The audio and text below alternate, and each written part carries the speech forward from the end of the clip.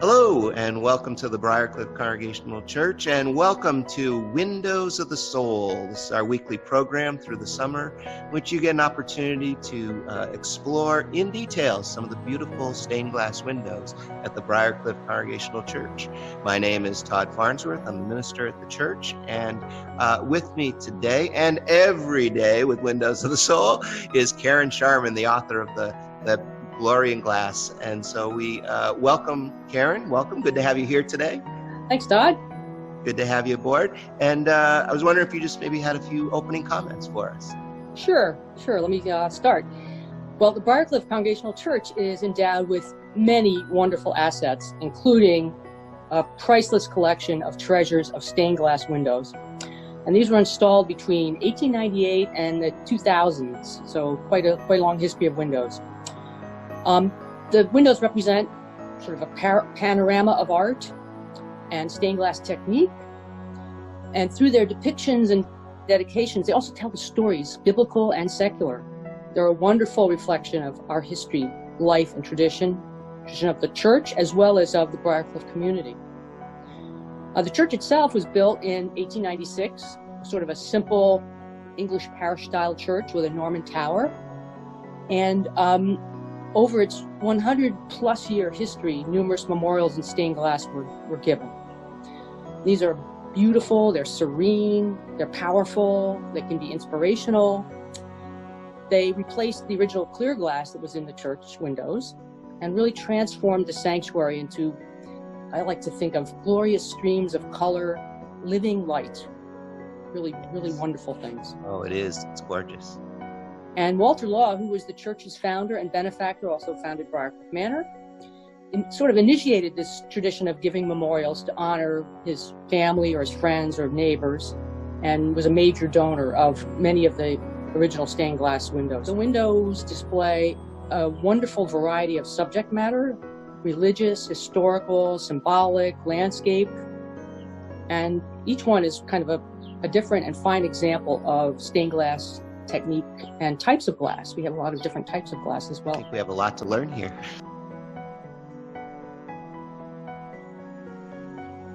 Today's window is up towards the front of the church on the left-hand side, and it's just before you get to the transept area of the sanctuary, and it shows a woman seated on the left and a woman standing on the right, and they seem to be in some kind of conversation. Karen, any ideas what they're talking about? Well, yes, actually, this is Mary and Martha, who have come to speak after their brother Lazarus had died.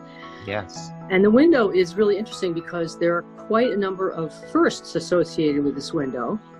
And the window itself and the attribution is another example of the connections between Briarcliff Congregational Church, the life of Briarcliff, the community, and also the influence of Walter Law, contributions that Walter Law made to the community as well. So it's a window called Mary and Martha, and another Mary, a woman named Mary Alice Knox, who was a member of the church, and for whom the window was given in her honor. She was the founder of the Knox School for Girls, and this window was the gift of her students following her death in 1911. So Miss Knox opened the school in the Pocanico Lodge building on Pleasantville Road, probably around 1904, 1905. And the lodge had been a small year-round hotel, one of Walter Law's many enterprises. And the lodge replaced his School of Practical Agriculture in 1903. And then it was Miss Knox School for Girls, and the building was actually lost in a fire in 1912. And all that remained was a beautiful stone retaining wall, but just retaining wall, unfortunately. Is that foundation still around? I believe it is, yes. Okay. Yes, it used to be Frankie Hall, and that was probably years ago now, and is a building on the, as you head toward the new high school, toward the high school. It's over in that direction on Pleasantville Road, on the way between Briarcliff and Pleasantville. Okay, yeah. So by way of a little bit of background, and again, talking about a lot of firsts. First of all, this window is the first post-Tiffany era window. So it's not a Tiffany. It's when we've had all of our Tiffany windows placed. It's now 1912. This is a first post-Tiffany era window that's been dedicated. So Mary Alice Knox is an interesting person. She was a daughter of a Presbyterian minister from Elmira, New York, who was an early champion of higher education for girls, for women. And it turns out that Elmira College was the first institution in the United States to grant college degrees equal to that of men to women. So first one to grant college degrees to women. Interesting. Really cool. Yep. And Miss Knox herself became a prominent educator, was inspired by her dad, became a prominent educator. And first she taught at Wellesley College and then took over as headmistress of the Emma Willard School, which was the first private college prep school for girls, for women. So that was neat. But then at age 53, she left to found her own school here in Briarcliff. And it was interesting to learn how the school sort of promoted itself. It had several ideas about what was important, and one of them was it provided water from artesian wells. Ooh, fancy. And it's an interesting connection to Walter Law because he was bottling fresh water and selling it in several cities around the country and also local restaurants. So he was drawing his water from these 250-foot wells. And so that was important to the school that served this fresh water. Sure. They also had courses taught by specialists, which was important, and also private rooms with or without baths. So, wow, that's pretty cutting edge.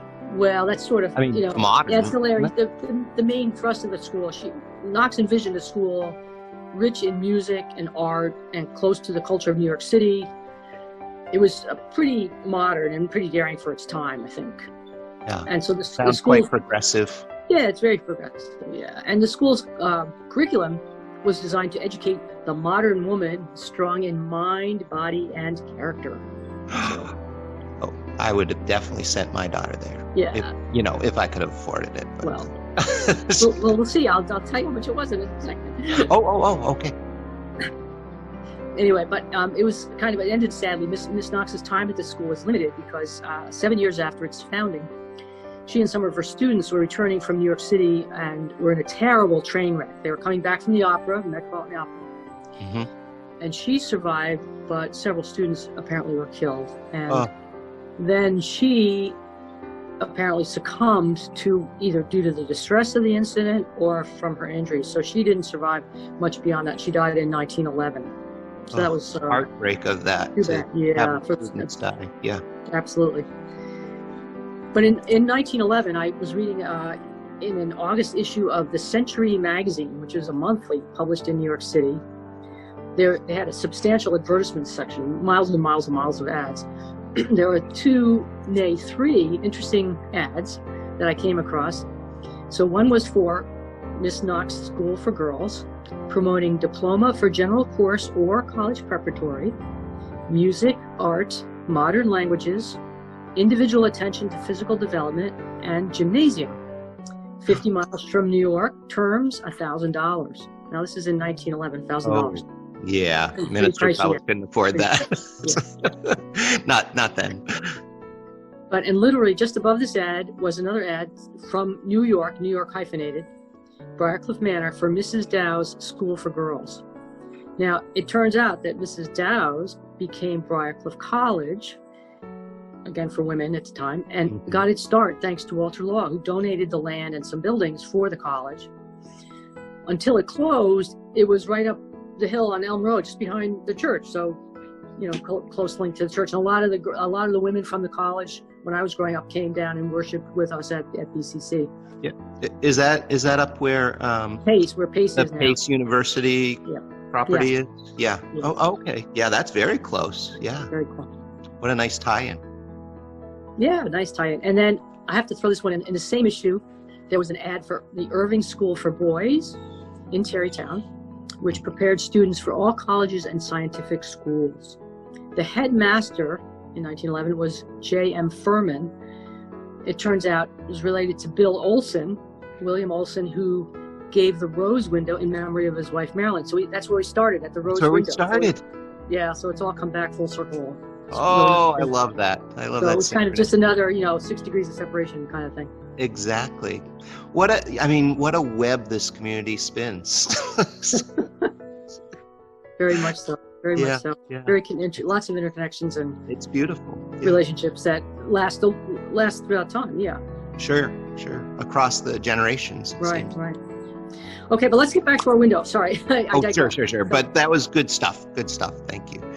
So the scene here represents the occasion when Martha seeks out her sister Mary. So Martha's on the left, Mary's on the right, with word that Jesus has come in response to the death of their brother Lazarus. And if you look at their story much earlier in the story from this point, Mary had met Jesus and washed his feet either with tears or ointment or hair, I'm not sure, because she really was into him and she respected him.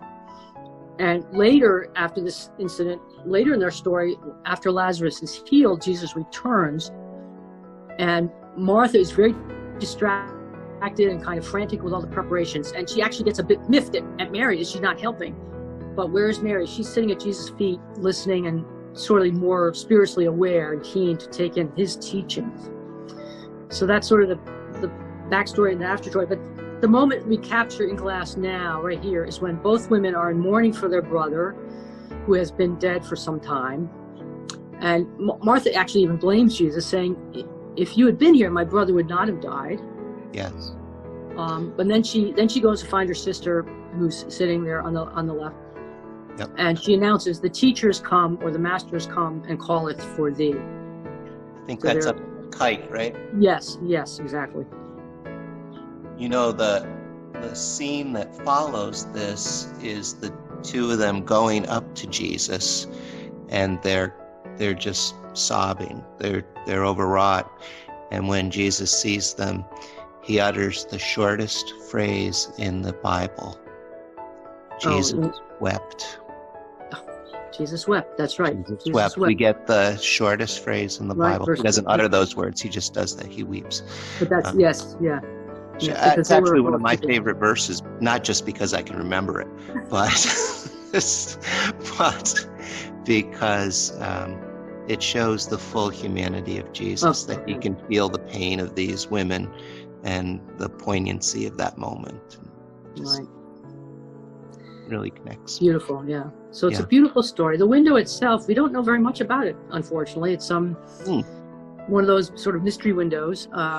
It was put in 1912, so it's really a different art glass form from what we've been talking about with the Tiffany windows. Yes. And it's really a lot of, it consists mostly of glass that is painted and then fired so that the pigment fuses with the glass. Sure. And in some of the places, they're sort of double and triple plating your glass, but overall, it's a lot less refined than a Tiffany, and you can see the actual detail that's been painted on as opposed to created through technique of chemical infusions in the glass or whatever. So definitely not a Tiffany window. No, you can see the brush strokes and everything. Yeah. I mean, the lovely, face, but it's very different. If you go a little bit up or higher, Todd, above Mary's head there, keep going into the sky. Keep going into the sky a little bit. Yeah. And you see that magnificent piece of glass is definitely opalescent American. Opalescent, yes. Right. So you've seen that in a lot of Tiffany windows. So there are a few pieces of that within the glass. But then if you keep going down, just scroll down a little bit, and you see that the second piece underneath it has just been painted on to just painted to look like it. Yeah, exactly. So it's a completely different technique to try to fuse these two pieces together. Yeah.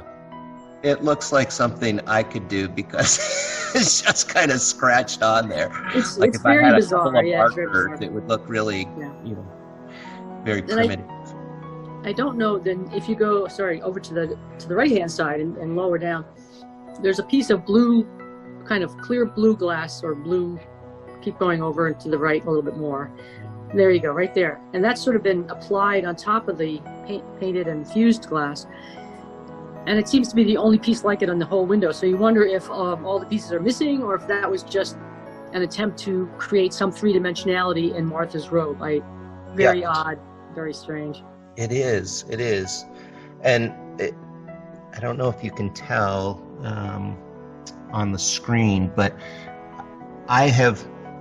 until I just ran my finger down, I've always thought this was a piece of lead that was, you know, two pieces of glass here. This is actually painted on. Yeah. Is painted, so it's just shading underneath the robe, the glass, a fold of the robe, and then the lead is here. But yeah, that's just laid on there. And if you hold that picture, you see the table there, Todd? See how that's really just painted to look like wood? But remember, in the Separate Emmaus window, the table was the wood or the marble feel of the table was created within the glass itself, so with chemicals and things. So very different technique to create a similar element in the window. This is the IKEA version, I believe. The version you'd get out of a box versus the Tiffany one, which was right. I mean, it's a really beautiful window. The colors often seem dark and somber because you usually are looking at this in the morning without benefit of the full lighting. When the sun comes around, and this afternoon it seems to be quite magnificent. Yep. The colors soften up a bit and become lighter and more distinct. And so it's very, I mean, and again, a beautiful window given for tragic reason. And all of the windows in our church we've been talking about basically were given because of somebody's death or some tragic incident. Right. And so there's a lot of beauty and hopefully healing that comes from these windows, whether it's Tiffany or Lamb or Mystery Art Studio. Mystery artists, right. Right. Yeah, I think it was a couple summers ago, we did a project with broken pottery where we took shards of broken pottery and laid them into stepping stone, into cement, and we were taking our pain. People were supposed to focus on their pain and any hurts or sharp edges they had in their lives and put it together to create something beautiful out of it, how God can transform that for us. And certainly this story, you see the faces of the two women that are very intense and worried and wondering, and obviously they're in the throes of grief, and so a lot of pain there, but you know what the story, how the story resolves, and so they're about to be overwhelmed with joy that their brother's been raised from the dead. So it's a little bit hopeful and in that way, in that regard. And right, joy and wonder, like how did this happen? Right now it's, can it happen at this moment in the story, because they don't know. They're hopeful, but they can't quite believe that Jesus can bring anything forth from this terrible situation. And yet the story tells us what happened next is miraculous. Miraculous, right? Yeah. And I think you mentioned it's an appropriate theme for Mary Alice Knox. You have these two women of culture and her School for Women, obviously, so it's an appropriate. Right, we have Mary reading the book here. Book. Right. Yeah, so we have right brain, left brain in this window. We have exactly. The full human experience in these two sisters who, though they're of one blood, are separated by different ways of encountering the world and encountering Jesus, which happens in our lives too. People come at Jesus from different angles and understandings. There can sometimes feel like there's a separation, but we're united in Him nonetheless. Right. Yeah. It's interesting that this is given in memory of an educator. There was another window we had with the Jesus in the Temple. It was given in memory of Jeanette Perkins Brown, who was an educator, but in the Sunday school setting. So Jesus in the Temple, asking questions and answering questions. And here we have another form of sort of educator and the role of strong women in her life and who she was bringing along. Yes, and it's right next to the window of Moses in the flags, and that's another window of strong women, which I appreciate that in our church. Yeah, and what a sad thing that Mary Alice Knox died. Had that tragedy happen to her and then died before she got to see the full fruition of her dream. You know, I mean, she obviously was a very sharp individual, and had so many gifts to offer the women of our area. And I think, you know, it's indicative of the strong people that have come through the church who are educators, philanthropists. It's an interesting and wonderful connection that we have between the church and the community. Very strong ties that continue, as we said, for over decades. So yeah, and it continues today. Mm-hmm. Yep, it does. Wonderful. Anything else on this window, Karen? I think that's it. Yeah. Another beautiful window here. It is. Thank you. And such a different window. And thank you for sharing it with us and sharing your wisdom about it with us. If you would like to see more of the stained glass windows at the Briarcliff Congregational Church, you can just click any of the links around this one that say Windows of the Soul. And we've, I think, taken on 12 or 14, I don't know, I've lost track, windows here at the church, and you can look at those and learn about those. And the Sunday following the premiere of these videos, I try to share a sermon that's inspired by this window and the text that goes along with it. So we hope you'll check that out too. Thank you, Karen, for sharing all this with us. My pleasure. Thanks, Todd. Yeah, and thank you all for watching.